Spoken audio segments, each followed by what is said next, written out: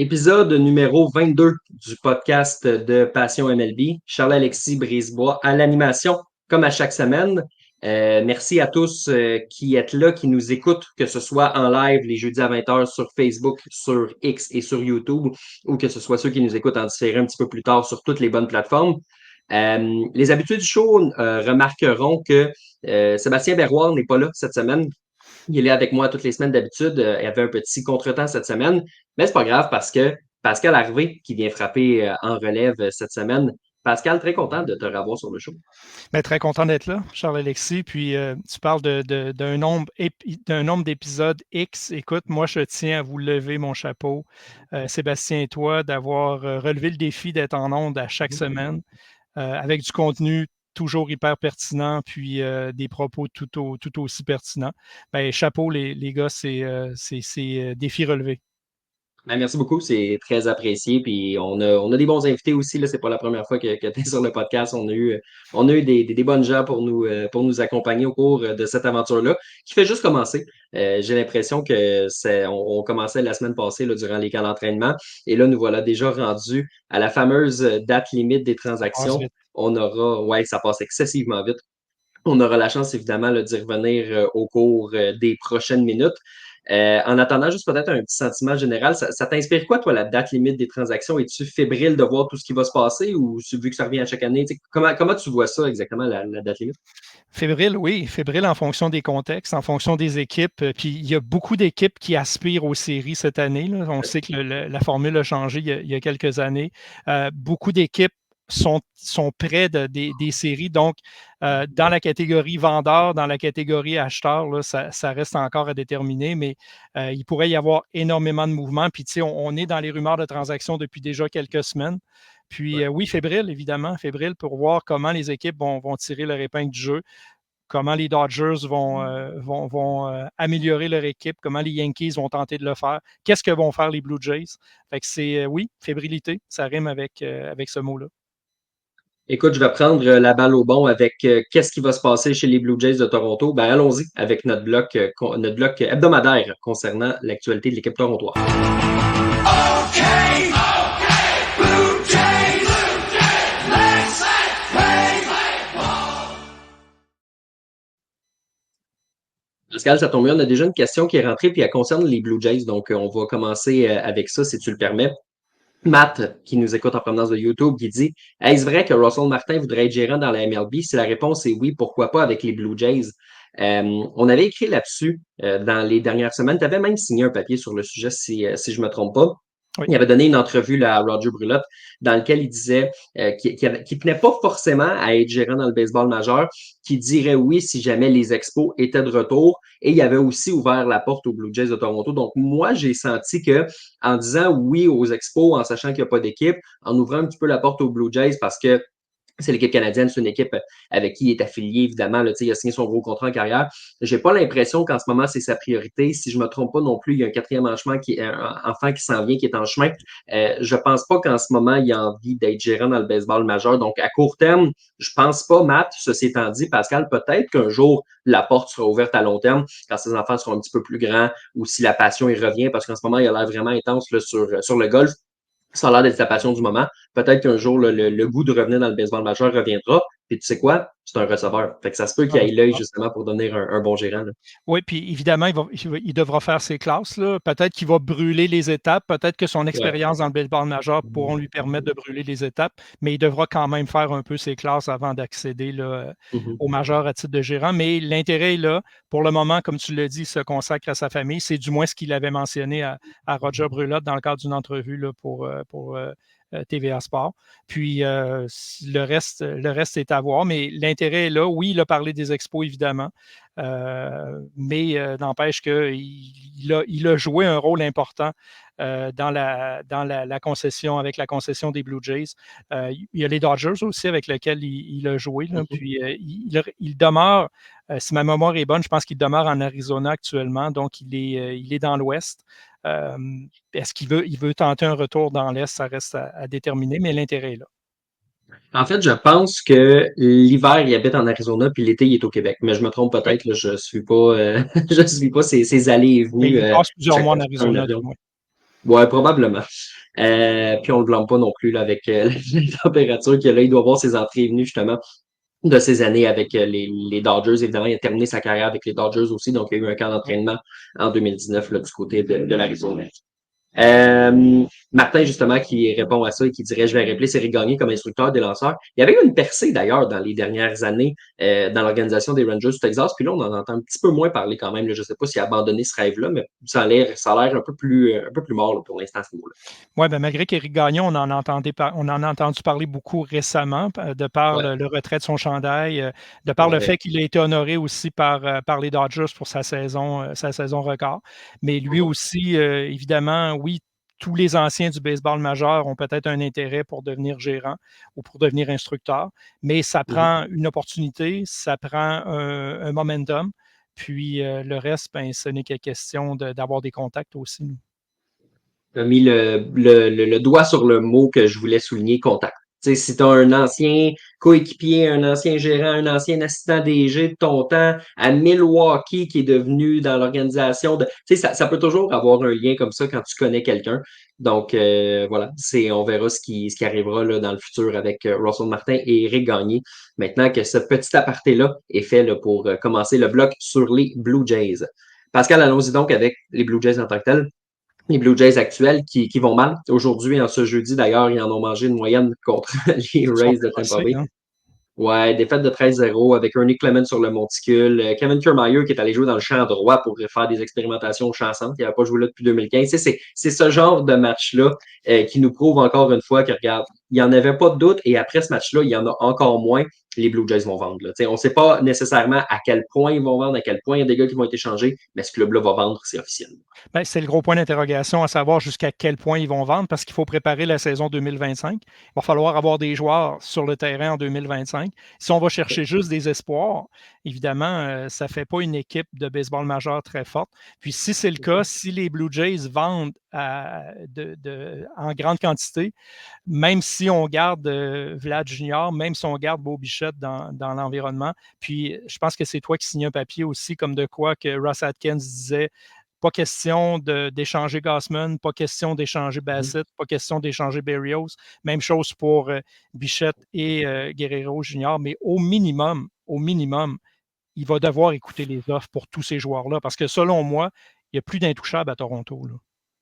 Non, c'est ça. C'est un papier, c'est Sébastien qui l'avait C'est écrit, Sébastien. des informations de Ben Nicholson-Smith qui disait que justement, bon, les joueurs de location qui sont Yimi Garcia, qui sont Trevor Richards, qui sont Yusei Kikuchi, qui est probablement le lanceur le plus en demande en ce moment chez les Blue Jays, qui sont Danny Jensen, Kevin Kiermaier et Justin Turner. C'est les 6 joueurs de location.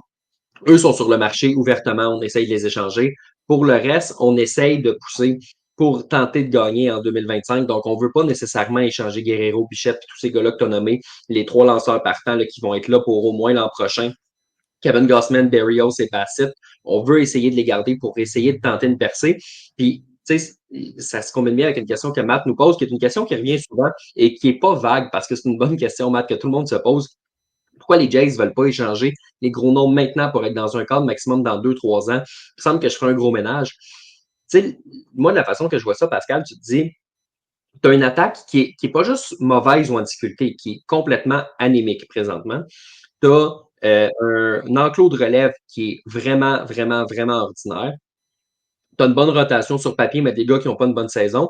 Et sur cette base-là, avec le fait que tu es déjà à côté au plafond de la taxe de luxe, avec le fait que tu vas avoir de la difficulté à signer des agents libres parce que je ne vois pas qui va signer à Toronto, puis avec le fait que tu as une mauvaise banque d'espoir pour effectuer des transactions, tu te dis, ouais, on va y aller avec ce cœur d'alignement-là, qui, je te le rappelle, a gagné aucun match de série. Les Guerrero, les Bichettes, tous ces gars-là, aucun match en série de victoire. Là. Non. Et tu essayes de regagner en 2005 dans une division aussi coriace que celle de l'Est de l'américaine, quand tu as ce cœur-là de l'alignement qui n'a jamais gagné, comme je l'ai dit, moi, je trouve que ça n'a pas de bon sens. Et après, tu vas avoir une pléiade de gars, une dizaine de gars qui vont être agents libres l'année d'après. Tout le monde va partir, puis tu vas te retrouver le bec à l'eau parce que tu n'auras pas échangé tes gars, puis tu vas te retrouver sans gros espoir. Moi, je ne comprends pas pourquoi on essaye de gagner en 2025, ça ne me rentre pas en tête. Ben, puis la situation est vraiment pas enviable à Toronto actuellement parce que, comme tu le dis, on est dans un cul-de-sac. On est dans une division où on ne peut pas se permettre de laisser passer des opportunités avec les Orioles qui sont là pour longtemps, avec les Yankees qui ont toujours, ils seront toujours dans les 2-3 premiers de la division, avec les Red Sox qui connaissent quand même une bonne saison, avec les Rays qui, bon an, mal an, sont quand même toujours là. Ouais. La situation, j'aimerais pas être dans les souliers de Ross Atkins en ce moment parce que même si tu veux garder ton noyau, comme tu le dis, pour 2025, même si tu envisages peut-être pouvoir gagner avec ce groupe-là, en sachant que l'équipe n'est plus attrayante comme elle l'a déjà été, en sachant que si on échange des joueurs là, de location cette année, on n'ira pas chercher nécessairement de grandes valeurs pour ces joueurs-là. Fait qu'on est comme dans un cul-de-sac. On est comme dans une situation, par contre, qu'on cultive depuis quelques années. Puis moi, j'en reviens pas que la stratégie de Atkins dans la dernière saison morte, c'était de mettre ses billes sur la venue de Shohei Ohtani, en sachant que c'était comme prendre un 30 sous, le lancer dans les airs, puis s'attendre à ce qu'il tombe du bon côté, qu'il n'y avait pas de stratégie B, qu'il n'y avait pas de stratégie C, puis que c'est devenu la signature de Justin Turner à toute fin pratique. Je me dis, tu as cultivé, maintenant, il faut que tu récoltes ce que tu as cultivé depuis quelques années. Puis malheureusement, ben, c'est un cul-de-sac. Puis tu sais, dans les faits, si t'es Ross Atkins, je le comprends de dire je vais essayer de continuer avec cette stratégie-là, parce qu'à un moment donné, s'il va voir ses patrons et qu'il dit ouais, ça n'a pas marché, je vais reconstruire, ben ils vont le mettre dehors parce que ça fonctionnera pas. C'est à la direction un peu plus haute, là, tu sais, que ce soit Mark Chaparro, que ce soit le groupe de propriétaires chez Rogers, de dire hey, cette stratégie-là fonctionne pas, puis on veut pas que ce soit Ross Atkins qui revienne pour continuer ce travail-là en 2025 parce que ça n'a pas fonctionné. Puis je l'ai déjà dit, je vais le répéter. Ross Atkins, il a hérité de l'ancien noyau, donc il était là en 2016 avec le noyau d'Antopoulos quand le club a fait les séries. Par la suite, qu'est-ce qui s'est passé? Il a perdu Bautista pour rien, il a perdu Encarnacion pour rien, il a donné de l'argent pour que Tulowitzki s'en aille, il a donné de l'argent pour que Russell Martin s'en aille. Et tout ce noyau-là est parti sans rien obtenir en retour. Josh Donaldson, il y a eu un espoir de catégorie B qui a été bon pendant une semaine et demie contre les Yankees, puis ça a été à peu près tout. Donc, il y a eu de la difficulté à déconstruire et il a construit un noyau qui n'a pas gagné en séries éliminatoires. Est-ce qu'on va le laisser essayer de pousser ça puis repousser l'inévitable qui va être éventuellement de repartir sur des nouvelles bases? Est-ce qu'on va leur laisser déconstruire à nouveau quand ça n'a pas marché la première fois? Tu sais, j'ai de la difficulté à voir pourquoi on place cette confiance-là en Ross Atkins quand les dernières années nous démontrent qu'il n'y a pas une feuille de route qui est idéale. Ben, c'est sans compter les transactions de Teoscar Hernandez, sans compter Lourdes Gurriel, Moreno, et ainsi de suite. Tu sais, Varsho, là, c'est une perle en défensive. C'est un des meilleurs voltigeurs du baseball majeur en ce moment. En attaque, il y a eu un bon début de saison. Là, il est redevenu un peu le Dalton Varsho offensif qu'on connaît. Mais c'est quand même pas des transactions où les Blue Jays sont sortis victorieux. Puis, ces joueurs-là, je parle de Gurriel, je parle de Teoscar, rendaient Vladimir Guerrero meilleur, du moins le rendaient plus heureux, mieux dans sa peau, a décidé de les échanger sous différents prétextes, comme de quoi que ce club-là était rendu comme un country club qui avait plus de plaisir dans l'abri qu'il y en avait sur le terrain. Mais du moins, l'équipe gagnait. Maintenant, ben, on a, tu as nommé les 5 joueurs, Bichette, Guerrero, les 3 lanceurs partants, là, qui sont les 3 meilleurs lanceurs. Ben, il n'a pas le choix de jouer le tout pour le tout avec ce noyau-là, en espérant greffer des éléments pour rendre cette équipe-là meilleure en fonction de 2025, en sachant qu'il va devoir faire un choix entre Guerrero et Bichette. Selon moi, le choix est pas mal fait. Là. Ça va être Guerrero Junior qui va demeurer. Bichette, avec ses problèmes de blessure, ben, ça a baissé sa valeur, veut pas. Mais lui aussi, il aura à faire un choix, soit qu'il l'échange au cours de la prochaine saison, ou il va le perdre pour rien. On va faire du chemin justement sur Guerrero Bichette. Beau Bichette qui a vraiment l'air de vouloir partir. Tu sais, c'est le bruit qui court en ce moment. Bob Nightingale, c'est probablement celui qui l'a le mieux résumé en disant Beau Bichette dit à ses amis qu'il accueillerait un nouveau départ et Vladimir Guerrero Jr. dit à ses proches que lui, il veut désespérément signer un contrat à long terme à Toronto. Il ne signera pas s'il n'a pas sa valeur, on s'entend là-dessus. Il a le droit de la toucher, mais il aimerait ça que ça se passe à Toronto. Donc, il y a des avis divergents, puis on le voit justement ici sur le chat. Matt qui nous dit les Jays devraient prendre exemple sur les Orioles pour leur futur et la transaction Guerrero Junior. On mentionne justement l'exemple de Manny Machado, la transaction avec les Dodgers de Los Angeles. Et tu as Stéphane qui nous dit on touche pas à Guerrero. Guerrero fait partie de l'identité de Toronto. Regardez le nombre de chandails de Guerrero qu'il y a à chaque match. C'est ça le débat aussi, c'est de se dire Est-ce qu'on peut avoir un bon retour? Peut-être, mais est-ce que sa meilleure valeur est à Toronto? Parce que sa valeur, c'est ce qu'il amène sur le terrain, mais c'est aussi les chandails qu'il vend, puis les hot dogs qu'il fait vendre, puis les bières qu'il fait vendre, puis l'engouement général qu'il crée. Tu sais, si Vladimir Guerrero Jr. n'est pas à Toronto, c'est sûr que ça crée moins d'engouement à Toronto. Ça en crée moins au Québec aussi, parce que, tu sais, on se le cachera pas, le nom Guerrero avec le père est quand même Ouais, c'est important. magique. Les Absolument. Ça a été la dernière vedette des expos. Ça l'est aussi maintenant avec le fils, l'importance qu'il y a avec les Blue Jays. Fait que c'est toutes ces questions-là qu'il faut se poser. Tu peux pas le perdre pour rien, mais tu veux maximiser sa valeur. Donc, gros dossier quand même, là, qui est plus complexe que celui de Beau Bichette. Celui de Beau Bichette, c'est tant que tu veux gagner, ben, t'as pas le choix de le garder, mais sinon, bye bye boss, parce que sinon, c'est lui qui va te le dire dans un an et demi. Ben absolument. Puis celui qui a la plus grande valeur sur le marché des transactions actuellement, c'est Guerrero Junior, là, plus que Ouais, ouais. Bichette, évidemment. Mais en même temps, comme tu le dis, il a une très, très grande valeur à Toronto dans l'uniforme des Blue Jays. Mais la question, c'est est-ce qu'il est capable de faire gagner l'équipe? Ça, Mhm. c'est la question. Au même titre qu'on pourrait poser la question pour Bichette, Ouais. je placerais plus de confiance en Guerrero Junior, mais n'empêche que les Blue Jays ont des rénovations de stade à payer, à rembourser. Ouais, Puis c'est c'est plus vrai. avec Guerrero Junior que tu vas rembourser ces rénovations-là. Les choses se passent vite quand même dans le baseball majeur. Te souviens-tu en octobre passé quand tout le monde parlait de la situation Berrios et Schneider avec raison, mais on parlait aussi de Guerrero qui s'était fait épingler sur les sentiers puis qui regardait les nuages en plein match de séries éliminatoires. Je me demande jusqu'à quel point la direction s'en rappelle puis se dit, hey, on veut-tu donner X centaines de millions de dollars à ce gars-là, peu importe quel sera le montant au final là, qui va commander, à un gars qui, justement, on y a enlevé Teoscar puis Gouriel, pour être peut-être un petit peu plus sérieux, puis il l'est pas toujours. Tu sais, penses-tu que ça fait partie de l'équation jusqu'à un certain point aussi pour Toronto? Ben, on doit y penser, hein. On doit y penser, mais je me dis, tu sais, tu es un joueur vedette, tu es un joueur étoile, tu es un joueur qui est en train de faire ses preuves solidement dans le baseball majeur.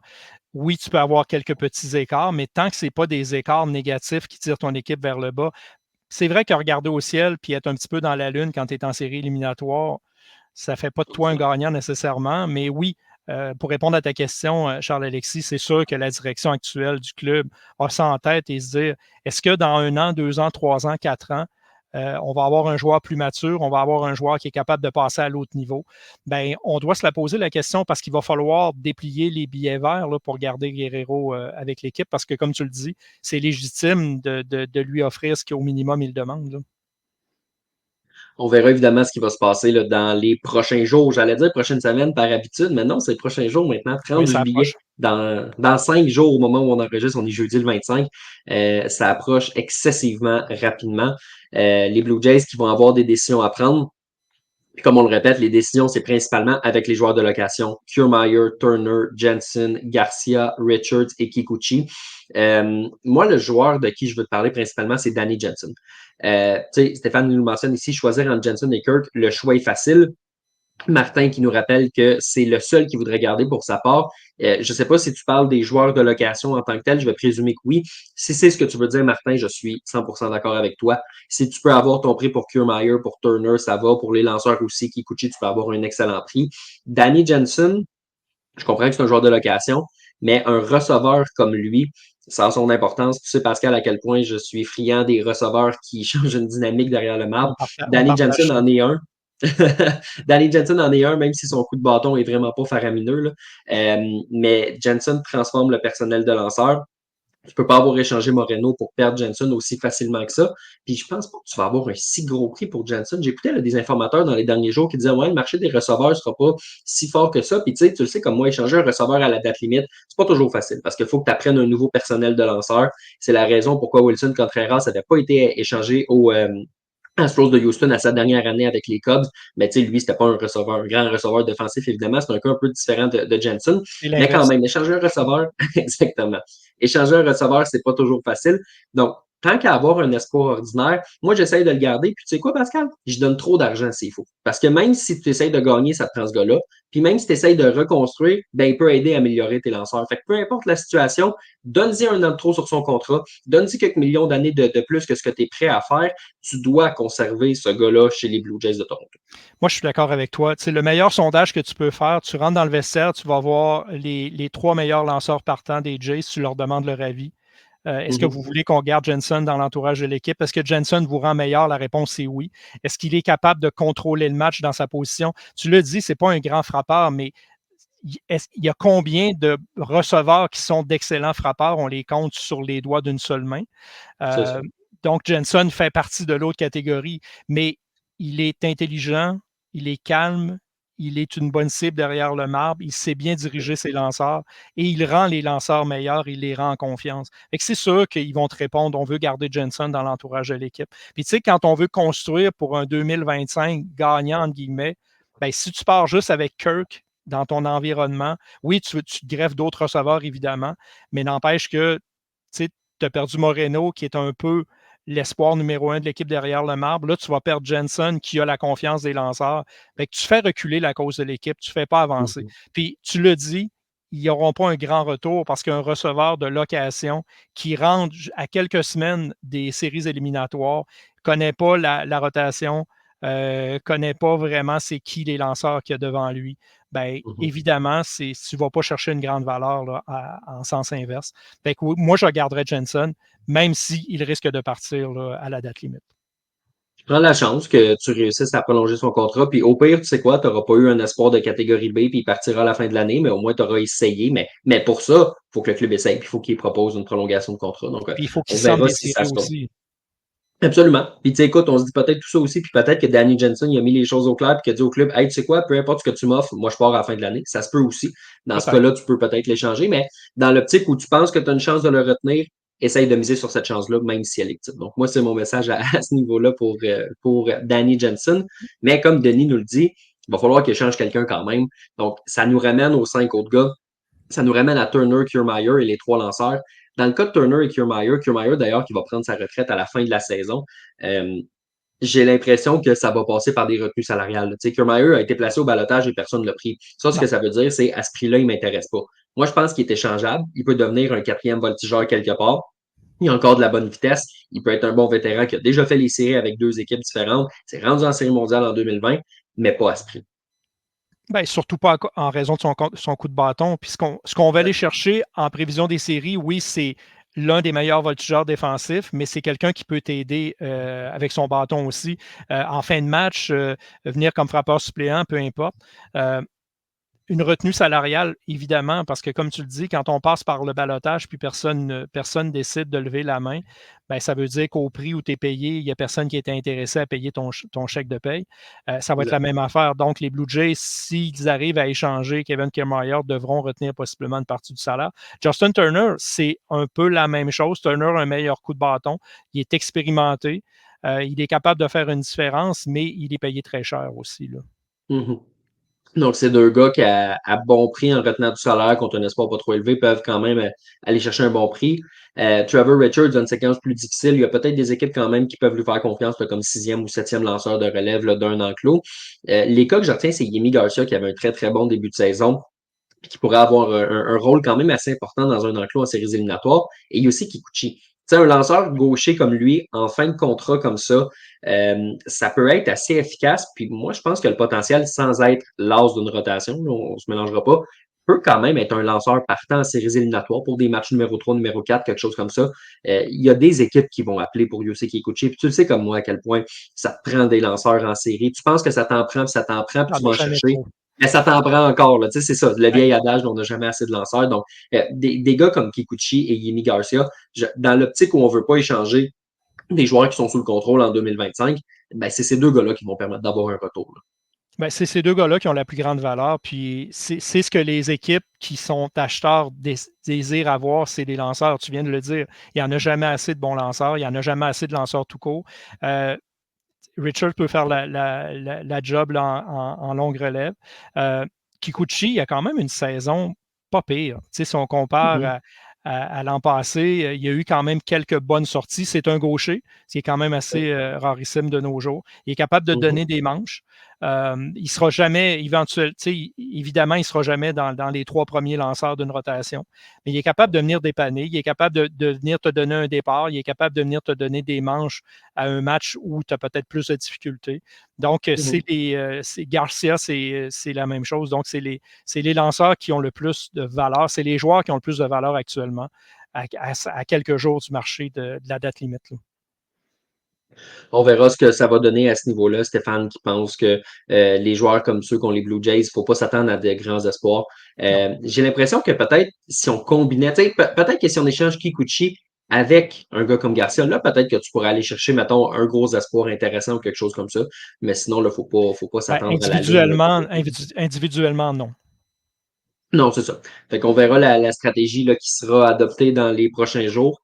Les Blue Jays qui, on le rappelle, là, veulent seulement échanger les joueurs de location, sont ouverts à échanger d'autres joueurs, mais disons qu'il va falloir que ce soit des offres assez substantielles et intéressantes pour que ça arrive.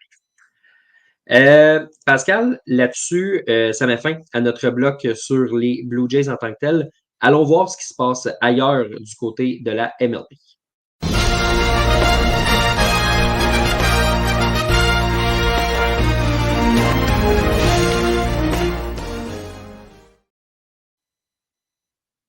D'ailleurs, dans le baseball majeur, ça brasse beaucoup au niveau des rumeurs de transactions en tant que telles.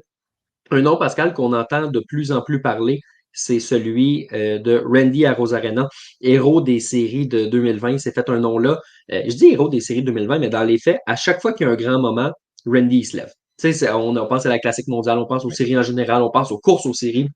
C'est un gars qui semble plus intéressé par les matchs d'envergure que les matchs du mois d'avril, et on le dit dans le bon sens du terme. Là. C'est un gars qui aime le baseball. Il aime le baseball d'avril aussi, mais il aime se lever sur la grande scène du baseball.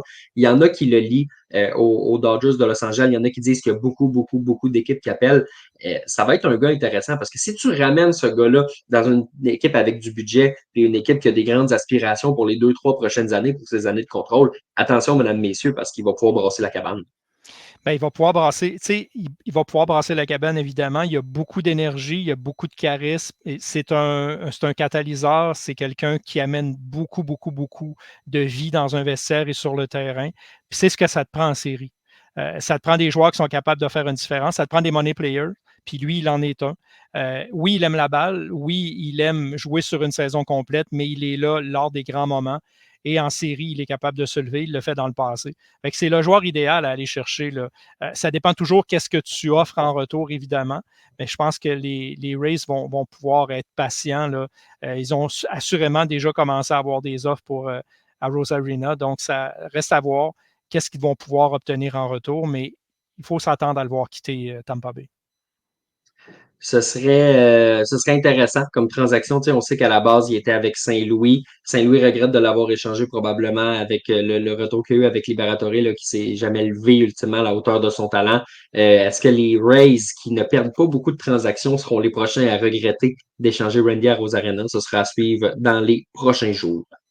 Dodgers de Los Angeles, on se dit-tu que tout le monde et son contraire peut être une possibilité là-bas? C'est une équipe à budget, c'est une équipe qui veut rentabiliser sa saison morte, c'est une équipe qui a des espoirs. Je pense qu'il n'y a personne qui est hors limite à Los Angeles en ce moment. Là. À part peut-être un joueur des Giants, là, à cause de la rivalité, à cause de raisons comme ça, une rivalité, mais je veux dire, au niveau monétaire, aucune limite à ce que les Dodgers peuvent faire. Ben, tout le monde est une cible potentielle pour les Dodgers. Puis les Dodgers, on s'attendait peut-être à encore une meilleure année là, en fonction des signatures, en fonction de l'arrivée de Shohei Ohtani.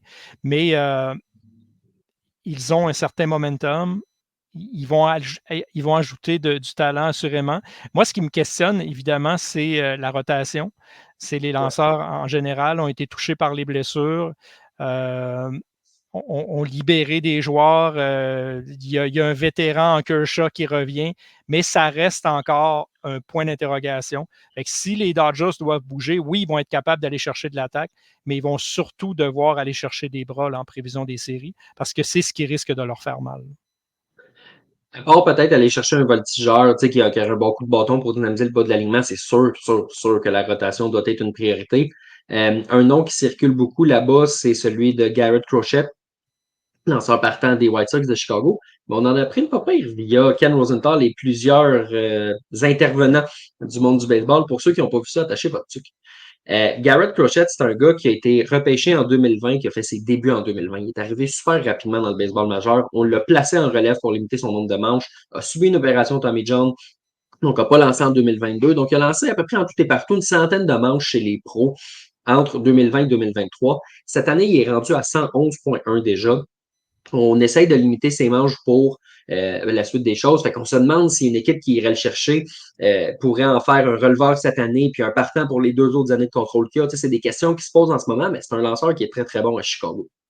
Là, ce qu'on apprend, c'est que Garrett Crochet, il se dit, moi, je veux être un partant. Moi, je ne veux pas prendre de pause. Je suis capable de me rendre jusqu'à la fin de la saison, il n'y a pas de problème. Mais si une équipe m'acquiert et veut me faire lancer en série, je veux que ça vienne avec une prolongation de contrat. Et lui, sa raison, c'est de se dire, ben écoute, j'ai quand même un bras qui a été endommagé. Je veux pas passer à côté d'un potentiel chèque de paye parce que j'ai trop poussé mon bras puis je dois subir une deuxième opération Tommy John en peu de temps ou une grosse opération, peu importe. Je comprends ses raisons à ce niveau-là.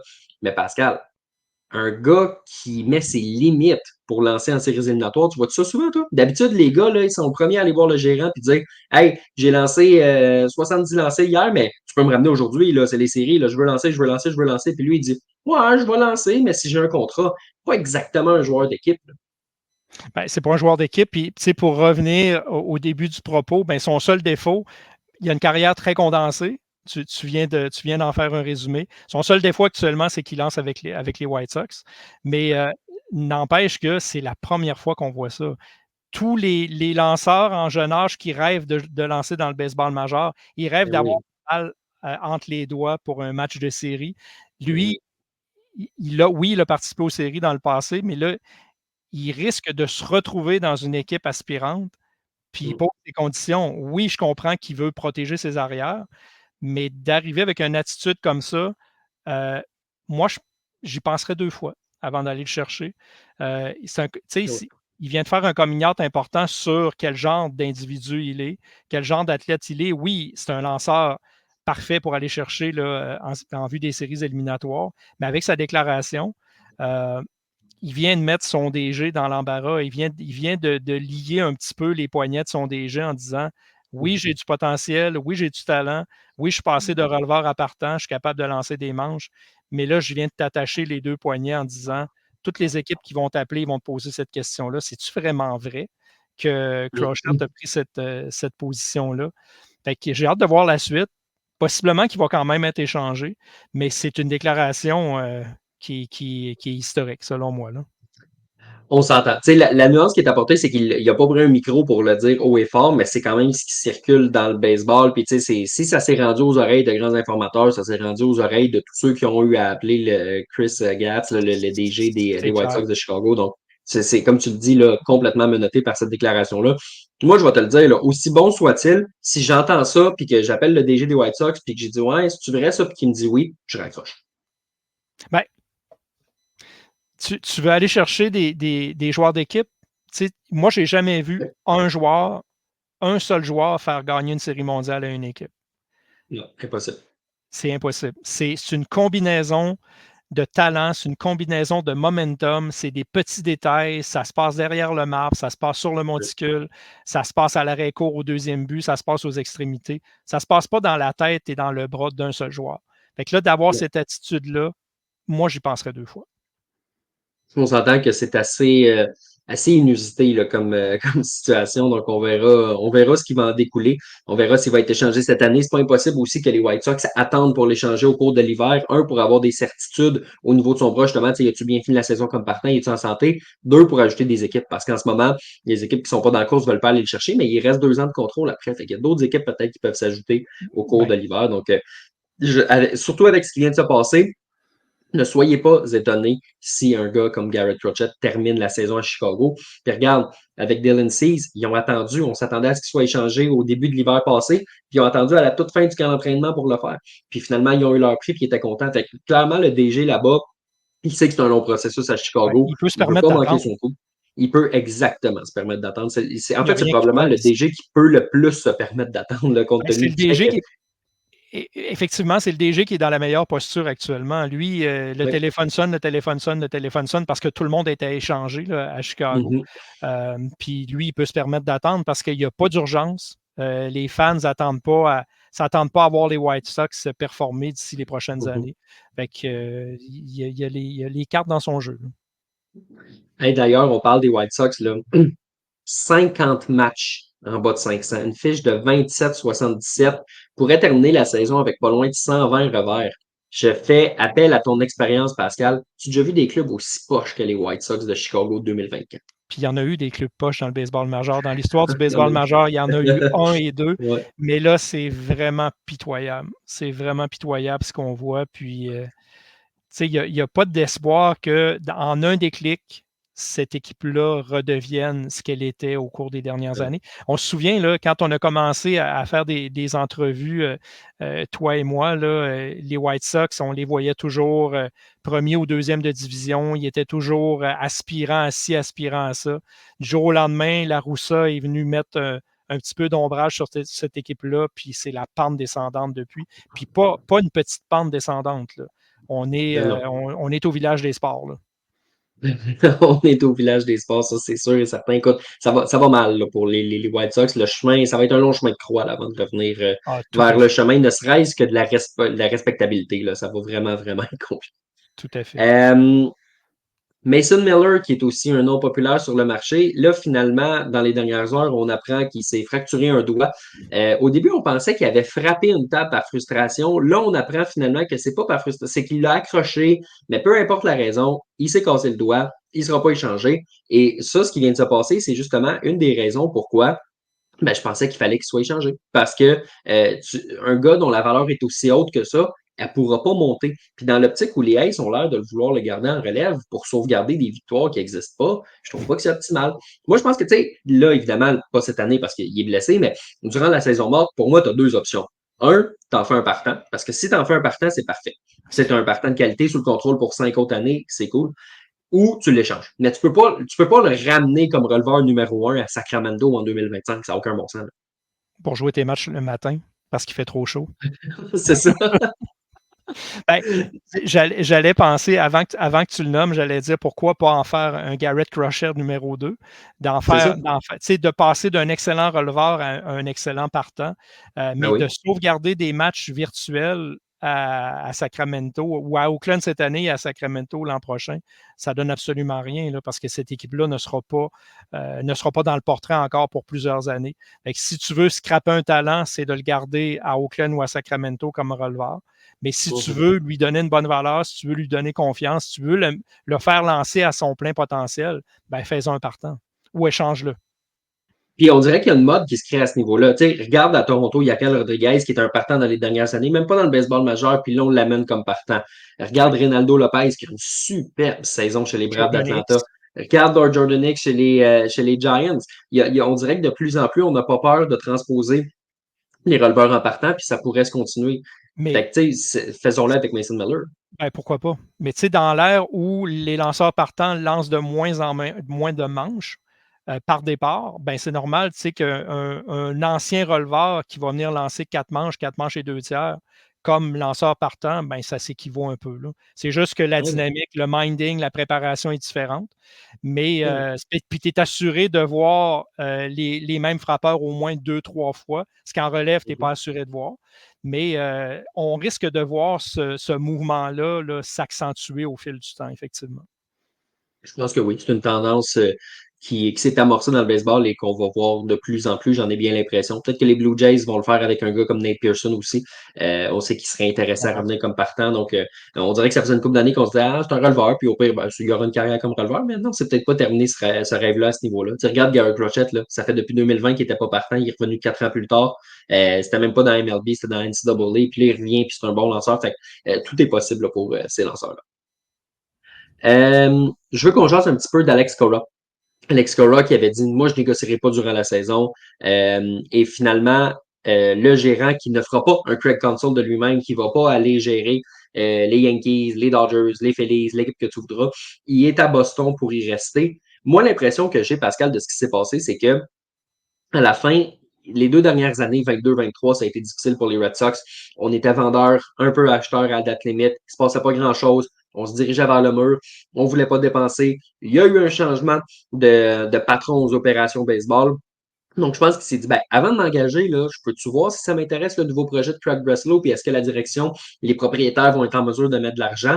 Et probablement que le Breslow, en tant que tel, s'est dit, hey, tu sais quoi, je viens d'hériter de ce gars-là, je peux-tu apprendre à le connaître, puis voir si on travaille bien ensemble avant de lui offrir une prolongation de contrat? Fait que moi, l'impression que j'ai, c'est que tout le monde s'est dit, on est aussi bien d'attendre. Là, les Red Sox connaissent une belle saison. Il est bien à Boston. Il est aimé par les partisans, visiblement par la direction. Il est aimé par les joueurs. C'est un très gros dossier de régler parce que ça aurait rapidement pu devenir une distraction là, si ce gars-là se présentait en octobre, pas de contrat. Chaque succès, il aurait rajouté quelques centaines de milliers de dollars à son contrat. Là. Ben, c'est drôle, hein? Ce que je vais dire, Charles-Alexis, mais moi, il y a des gérants que je vois gérer dans un siège en particulier, un endroit en particulier. Puis Cora, moi, Ouais. je ne le voyais pas ailleurs qu'à Boston. Remarque que j'avais la même pensée pour Console à Milwaukee. Ouais. On voit ce qui se passe actuellement. Là. Console en arrache à Chicago et les Brewers continuent de performer malgré tout. Cora, là, laissons-lui récolter aussi ce qu'il a travaillé au cours des dernières années. Tu sais, les Red Sox ont été plus patients. Ils ont arrêté d'aller chercher des joueurs de très, très, très court terme, de très courte amplitude. Là, ils commencent à miser sur les jeunes, ce qui n'était pas dans l'habitude du club nécessairement. Cora a vu grandir ces jeunes-là dans l'organisation. Il récolte les bénéfices de ça. Est-ce qu'il peut encore avancer là-dessus pour les prochaines années? Est-ce qu'il peut récolter encore plus? Les Red Sox ont une bonne saison. La direction a changé son minding. Puis celui qui doit récolter, c'est Cora, c'est personne d'autre. Puis moi, je ne l'aurais pas vu dans un autre siège que son siège actuellement à Boston. Puis je ne l'aurais pas vu à New York, je ne l'aurais pas vu à Los Angeles, je ne l'aurais pas vu en nulle part ailleurs parce qu'il a du talent, il serait capable de gérer partout. Mais il a une casquette des Red Sox gravée sur la tête, ce gars-là. Il est associé à cette concession-là.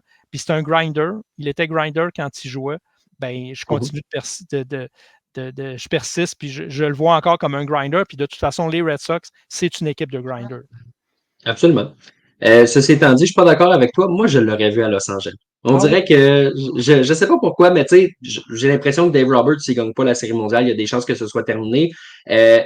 Je pense que si tu as un gars comme Alex Cora qui est disponible, qui est un ancien des Dodgers d'ailleurs, et Oui. que Dave Roberts ne fait pas exactement le travail, il aurait pu se passer ce qui s'était passé avec David Ross, de dire ouais, merci, mais il y a quelqu'un de l'autre côté. J'ai l'impression que avec toutes ces vedettes-là, peut-être que je l'aurais vu dans cet uniforme-là, je l'aurais définitivement pas vu chez les Yankees, ceci étant dit, mais j'aurais aimé ça voir ça d'un point de vue d'un gars qui couvre le baseball. Ça aurait été quand même intéressant. Ça aurait été intéressant, effectivement. Puis je suis d'accord avec toi que si les Dodgers ne remportent pas la Série mondiale cette année, ben c'est bye-bye Roberts. Nous.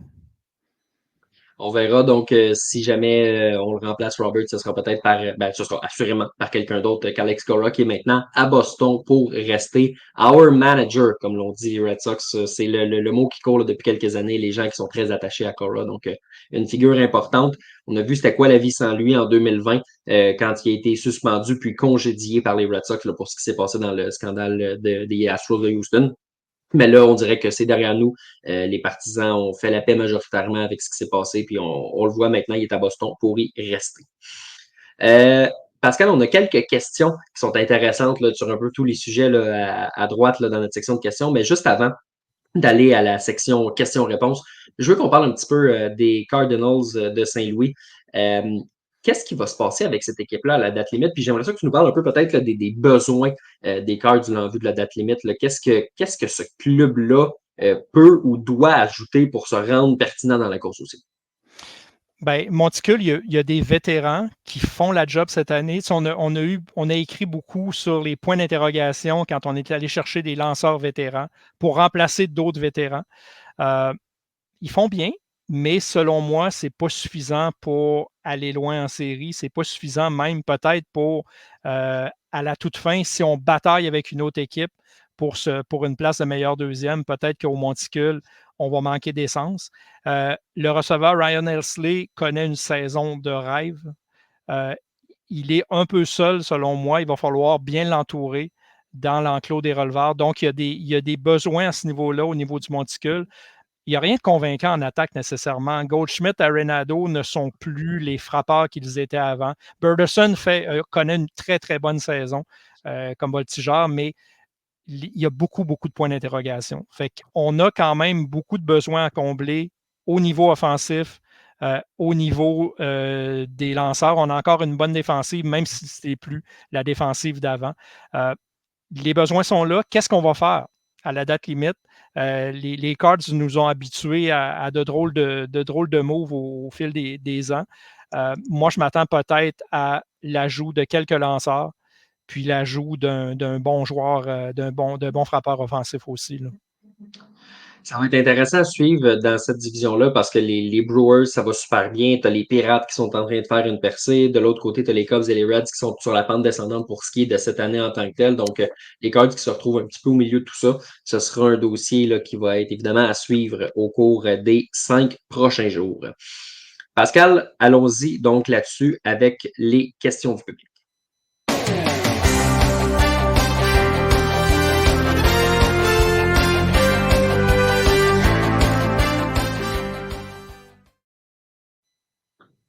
On a une question de Patrick Boivin ici qui nous demande: croyez-vous que Jackson Holliday va être échangé? J'ai pas l'impression que c'est complètement impossible. Si j'ai à me prononcer, je vais quand même dire non. Parce que Jackson Holliday est un gros espoir. Je pense pas que les Orioles veulent abandonner. Mais la raison pour laquelle je te dis non, Patrick, c'est que si on l'échange, ça prend vraiment un lanceur qui en vaut vraiment, vraiment, vraiment la peine. Regarde les rumeurs qui ont circulé avec Jared Jones à Pittsburgh. Ben, c'est un gars qui il en est à sa première année de carrière, donc il reste quand même un 6 ans de contrôle. Fait que même si on parle, Pascal, d'un Tyreek Skubal ou qu'on parle d'un Garrett Crochet, c'est des gars qui, dans 2 ans et demi, vont être autonomes. Ça arrive vite, 2 ans et demi, pour des gars qui vont peut-être partir. Et tu perds un Jackson Holliday au passage. Tu sais, même si je comprends qu'il est bloqué par Gunnar Anderson puis par plein de joueurs au deuxième but présentement, ça va. Mais c'est pas une raison nécessairement pour s'en débarrasser contre n'importe quel lanceur. Donc, je pense qu'il est sur la table, possiblement, si on a un lanceur avec au moins 5 années de contrôle, pas pour des gars comme Skubal et pour Garrett Crochet, aussi bon soit-il, et même s'il réglerait présentement à peu près tous les problèmes des Orioles là, dans cette formation. Ben, ce qui manque, c'est des lanceurs chez les Orioles actuellement. Puis comme tu le dis, ben, en plus, les lanceurs disponibles qui ont 5 années de protection, il en pleut pas, là. Évidemment. Ça fait que c'est d'aller chercher le bon joueur à la bonne place au bon moment. Mais ce serait dommage d'abandonner sur Jackson Holliday en fonction de son début de carrière parce que les Orioles, il faut se le dire, ils ont mal géré le début de carrière de Jackson Holliday. Ouais. Oui, il y a beaucoup de bons joueurs devant lui, mais ça demeure quand même un joueur d'exception. Ils l'ont dans leur filiale actuellement, ils l'ont dans leur équipe. Ben, soyons patients. Essayons de faire des transactions autres pour aller chercher des lanceurs qui sont capables de nous faire gagner à court terme, mais de grâce, n'abandonnons pas sur Jackson Holliday, qui peut rendre encore les Orioles meilleurs au cours des prochaines années. Fait que c'est de dire, est-ce qu'on veut rester bon longtemps ou on veut gagner une série mondiale maintenant? C'est la question. Exactement. Moi, je pense qu'on veut viser un mélange des deux, mais il faut que tu continues de penser à long terme aussi. Tu sais, même si je comprends que Corbin Burns en est à sa dernière année de contrat, des trucs comme ça, mais tu peux pas échapper Jackson Holiday. Parce que si Jackson Holiday devient ce qu'il devient, tu vas t'en mordre les doigts longtemps. Évidemment. C'est ça. Mais si tu as été chercher un lanceur qui a 5-6 ans de contrôle puis qui gagne des Cy Young, puis ça va, c'est un partage d'actifs, tu peux t'en sauver, mais tu peux pas perdre sans l'ombre d'un doute la transaction de Jackson Holiday. Pour moi, il y a aucun monde dans lequel le DG paraît très bien là-dedans, puis ce serait dur après de justifier de garder son emploi là, jusqu'à un certain. On parlait de Randy à Rosarena tantôt. Il y a Stéphane qui nous mentionne à Rosarena à Toronto, n'importe quand. Il verrait là, avec un Varsho, un Springer dans le champ extérieur, la dynamique avec Guerrero. Ceci étant dit, on sait que bon, le club veut plus échanger des joueurs en ce moment, mais c'est quand même un gars qui a des années de contrôle, donc peut-être que ça pourrait être une possibilité, peut-être plus durant la saison morte si on va chercher. Mais sinon, il y a Martin qui nous a parlé avec les Padres. On pourrait revenir avec Manuel Margot. C'est un club qui, les Padres, se sont construits un champ extérieur un peu on the fly, comme on va dire.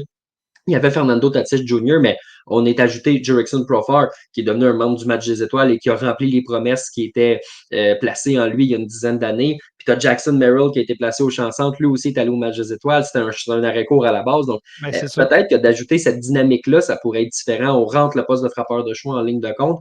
Ce serait le genre des Padres. Les Padres, là, sans faute des positions. Eux autres, ils vont chercher des joueurs, puis après ça, ils les placent sur le terrain. La recette des Padres, tu vas chercher des joueurs d'arrêt-court, puis tu les fais jouer ailleurs. Toujours. C'est fou quand même. Là. Tu regardes Fernando Tatis Jr., c'est un ancien arrêt-court. Jackson Merrill, c'est un ancien arrêt-court. Dans la gauche, Profar, c'est un ancien arrêt-court. Kim, l'arrêt-court, c'est un arrêt-court. Manny Machado, au troisième but, c'est un ancien joueur d'arrêt-court. Xander Bogart, c'est un ancien joueur d'arrêt-court. Jake Cronenworth, à l'université, c'est un joueur d'arrêt-court. Louis Arraez en était pas un. Ouais, c'est ça. C'est partout des joueurs d'arrêt-court. Donc, Eux autres, ils prennent le concept de faire jouer un joueur d'arrêt-court au deuxième but, puis ils l'ont Mais poussé est-ce à un autre. qu'Arozarena a déjà joué à l'Areco? C'est la question qu'il faut se poser. Ah non, ok, oublie ça, il pourra pas aller à San Diego. Bon point. Mais ça serait spectaculaire de le voir dans la même division que les Dodgers, là. Ça serait Ouais, intéressant. assurément. Ça, on s'entend là-dessus, ça serait, ça serait quand même. Tu sais, on a dit qu'il aimait les grands stages, là, ben, une série San Diego, Los Angeles, je pense que ça serait fait pour lui. Puis, tu sais quoi? Si ça se passe en série de championnat, moi, il y a mon vote pour le MVP de la série. Ben oui, puis il y a des grosses chances que les Padres sortiraient gagnants, effectivement. Ça se peut, ça se peut. Il y a Jay ici qui nous parle, qui se trouve bizarre, les Astros avaient une des pires fiches du baseball majeur et ils sont rendus premiers de la division, mais silence radio au niveau des transactions. On parle d'aller chercher des lanceurs, comme à peu près toutes les formations. Il y a quelques heures, il y a Ken Rosenthal qui parlait de Jamison Taillon, qui pourrait être dans le viseur des Astros de Houston. Je pense que c'est un peu le profil de gars qu'on veut viser. Mais parlons justement un peu aussi, Pascal, là, de cette remontée-là au classement. Incroyable. OK, les Angels sont pas bons. OK, les Aces sont pas bons. Les Rangers du Texas se sont mis à plus ou moins gagner, puis les Mariners ont vraiment commencé à piquer du nez puis démontrer qu'ils n'ont pas une attaque digne d'une équipe de série. Ceci étant dit, de, de, de combler un écart de 10 matchs en 24 jours, c'est intense, là. Ça s'appelle du momentum. Ça s'appelle du momentum, ça s'appelle des vétérans qui se lèvent au bon moment. Ça s'appelle combler des grosses blessures au monticule par des joueurs sur lesquels on ne misait pas nécessairement, qui ont répondu présent. Il y a eu un revirement de situation incroyable. On disait, est-ce qu'Espada est l'homme de la situation? Est-ce qu'il va durer longtemps dans son rôle de gérant? Celui qui a succédé à Dusty Baker, ben, on a toutes les réponses en même temps. Tu as nommé des équipes qui performent mal. Les Mariners se sont laissés endormir, selon moi. Ils étaient sur le cruise control, ils regardaient dans le rétroviseur, ils ne voyaient personne. Ils se sont dit, la route est belle, mais il y avait une équipe qui s'appelle les Astros qui était pas loin derrière, qui ont roulé peut-être sur l'accotement. C'était difficile à voir dans le rétroviseur. Mais là, ils sont passés à la grande vitesse, puis ils le font toujours avec des joueurs blessés. Tucker, je ne sais pas s'il est revenu tout récemment, là, mais Tucker a été quand même plusieurs semaines absent, puis c'est quand même un coup de bâton incroyable. Mais Jordan Alvarez, il ne ralentit pas, il est spectaculaire. Il traîne l'équipe sur ses épaules. On parle peut-être d'échanger Bregman. On dit qu'Altuve est peut-être moins efficace. Rentrez cette équipe-là en série, puis surveillez-les aller. S'ils sont capables d'aller chercher 1-2 lanceurs intéressants, là. Ça fait 7 ans de suite qu'ils se rendent en série de championnat. Tu parles d'une équipe qui a de l'expérience. Il n'y a personne qui a plus d'expérience que les Astros de Houston. Puis ça pèse dans la balance. Puis ceux qui ne nous croient pas, mais regardez les Orioles. En 2022-2023, à partir de la seconde où Adley Rutschman est arrivé, ils se sont mis à gagner. Puis en séries éliminatoires, ils se sont fait balayer. C'était le premier balayage de la carrière d'Adley Rutschman. Ça faisait 2 ans qu'il était dans le baseball. Fait que, tu sais, c'est d'arriver en série comme ça, c'est une autre game. Puis les Astros, avec leur expérience, acquise à tort ou à raison avec le scandale, évidemment, mais quand même, c'est une équipe qui sait comment jouer du baseball en octobre. Là, depuis plusieurs années, joue du baseball plus clean. Donc, non, c'est une belle formation. Olivier qui nous demande, parmi les gros noms qui sont sur le marché des transactions, quels sont les joueurs qui ont le plus de chances d'être acquis par les Yankees et pourquoi? On s'entend que ce serait des joueurs d'avant-champ et des lanceurs partants. Donc, les lanceurs, Olivier, nomme-moi un lanceur. Je vais te nommer une cible pour les Yankees. Pour ce qui est des joueurs d'avant-champ, il y a 2 noms que je retiens.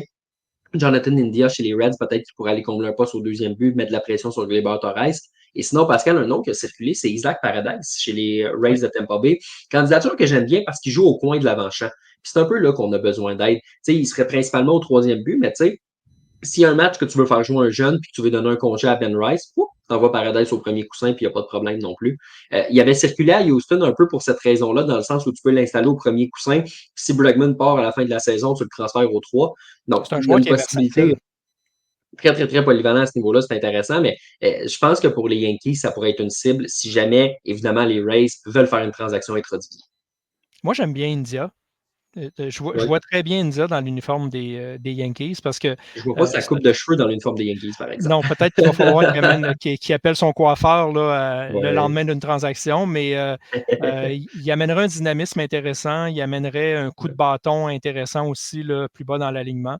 Puis, c'est fort plausible là, qu'il se retrouve dans l'uniforme des Yankees parce que les Reds vont être vendeurs, évidemment, là, à la date limite. Fait qu'il faudrait s'attendre à le voir partir. Il y avait déjà des rumeurs l'an passé qui le concernaient là, pour un départ éventuel de Cincinnati. Martin qui nous demande ici, les Mariners pourraient-ils bouger? Ils ont beaucoup de blessés et les Astros devant eux. Oui, oui et oui. C'est une équipe que tu ne veux pas affronter en séries éliminatoires parce qu'ils ont tellement de belles rotations de lanceurs. C'est épouvantable à quel point il y a de la profondeur à ce niveau-là. Ceci étant dit, l'attaque a toujours été un problème cette année et dans les derniers jours, Pascal, Julio Rodriguez s'est blessé, JP Crawford s'est blessé, Ty France qui ne roulait pas a été libéré. J'ai été sortir là, dans les dernières minutes l'alignement des Mariners, l'alignement offensif hier. Roas au troisième coussin. Victor Robles, deuxième frappeur. Victor Robles, là, le même qui ne frappait pas là, depuis des années. Je sais bien qu'il va bien depuis une couple de semaines, mais quand même. Cal Riley, troisième frappeur. Polenko, Haniger, et après ça, c'est Vossler, Locklear, Raleigh et Moore. C'est-tu une équipe du 3A? Ben, c'est exactement. Ça ne crie pas exactement je m'en vais faire des dommages en séries éliminatoires. Déjà qu'ils ne frappaient pas avec leurs blessés, avec les gars quand ils étaient en santé. Là, avec les blessés, ça n'a aucun bon sens. Fait que Martin, pour répondre à ta question, assurément, là, il y a tous les noms possibles et inimaginables qui circulent là-bas. Puis les autres, ils se disent, hey, tu sais quoi, on va aller chercher un coup de bâton, puis après ça, on s'organisera pour le placer n'importe où sur le terrain parce qu'en ce moment, on a juste besoin d'aide offensivement plus qu'autre chose. Là. Ben, si on regarde cet alignement-là que tu viens de nommer, un bel alignement de col bleu, là, Ouais. on ne fait pas les séries. Là. Non, non. C'est assez difficile à ce Malgré que niveau-là. ta rotation est une perle, ben, tu sais, des games de 1-0, là, tu peux pas en gagner 4 de fil. Là. Non, absolument pas. Donc, je m'attends définitivement à ce que ce club-là, puis tu sais, leur patron aux opérations baseball, Jerry Dipoto, c'est pas le genre de gars qui se tourne les pouces, là. C'est le genre de gars qui aime ça, aller chercher du renfort. Donc, je m'attends à ce que ce soit le cas. Attendez-vous à ce que ça bouge. Exactement. Patrick, quel serait un podcast sans parler de Paul Skeens? Donc, Patrick qui nous demande, l'effet Skeens, vas-tu envoyer les Pirates en séries éliminatoires? Ça va être dur quand même de faire les séries pour les Pirates, là, si je me sors le classement en ce moment. Mais on remarque quand même qu'il y a une lutte qui est très, très, très intense au niveau wildcard dans la nationale. Il y a encore plusieurs équipes qui peuvent aspirer à faire les séries puis à se battre pour une place. En ce moment, là, il y a juste les Marlins, les Rockies et peut-être là, les Nationals, les Giants, des clubs comme ça, les Cubs qui ne peuvent pas vraiment faire les séries, mais les Reds, si jamais il y a une poussée, peut-être qu'on pourrait espérer faire les séries éliminatoires, mais sinon, les Pirates, les Diamondbacks, les Cards, les Padres, les Mets, les Braves, c'est tous des clubs qui sont à 2, 3, 4, 5 matchs l'un de l'autre. Donc, je pense pas nécessairement que ça va aller en faveur des Pirates de Pittsburgh, mais en même temps, Pascal, je te dis ça, une bonne série de victoires, puis une couple de grosses sorties de Paul Skeens, puis ça peut changer la donne aussi. Là. Ben, effectivement, il a prouvé depuis le début de sa carrière qu'il est capable de gagner des matchs à lui seul, mais ça va prendre un petit peu plus que ça, selon moi. Là. Tu as nommé plein d'équipes, là, les Mets qui sont revigorés de par leur série face aux Yankees. Aaron Boone a dit, hey, écoute, on a beau avoir montré des faiblesses dans cette série-là, mais on jouait contre une bonne équipe aussi. Là. Ouais. Fait que, il a donné quand même le crédit aux Mets. Là. Absolument, absolument. Ça sera pas, ce sera rien de simple là, du côté de la course aux séries là, dans, dans la nationale. Donc, Tout est j'ai hâte permis. de voir, absolument. J'ai hâte de voir ce qui va en découler. Pascal, c'est ce qui met fin aux questions qu'on avait dans le chat. Merci beaucoup d'avoir été là avec moi cette semaine. C'est toujours un plaisir là, de jaser de balle. C'est vraiment le fun d'être avec toi, puis ce sera toujours un plaisir d'accepter l'invitation. Yes. Merci à tous les auditeurs qui nous écoutaient en live et qui nous ont posé plein de belles questions, comme à l'habitude, ceux qui nous écoutaient les jeudis soirs à 20h sur Facebook, sur Twitter et sur YouTube. Et merci aussi à ceux qui nous écoutent en différé, en version podcast en tant que tel, sur toutes les bonnes plateformes de podcast ou même sur le passionmlb.com. Oui, il y a nos articles évidemment tous les jours, mais aussi une nouvelle section podcast où on peut aller écouter les shows à votre guise. Donc, c'était le dernier épisode régulier avant la date limite des transactions. Jeudi prochain, on sera là pour revenir sur les grosses transactions de la dernière semaine. Il n'y en a pas eu encore. Les dirigeants qui nous réservent visiblement quelques petites surprises là, pour la toute fin.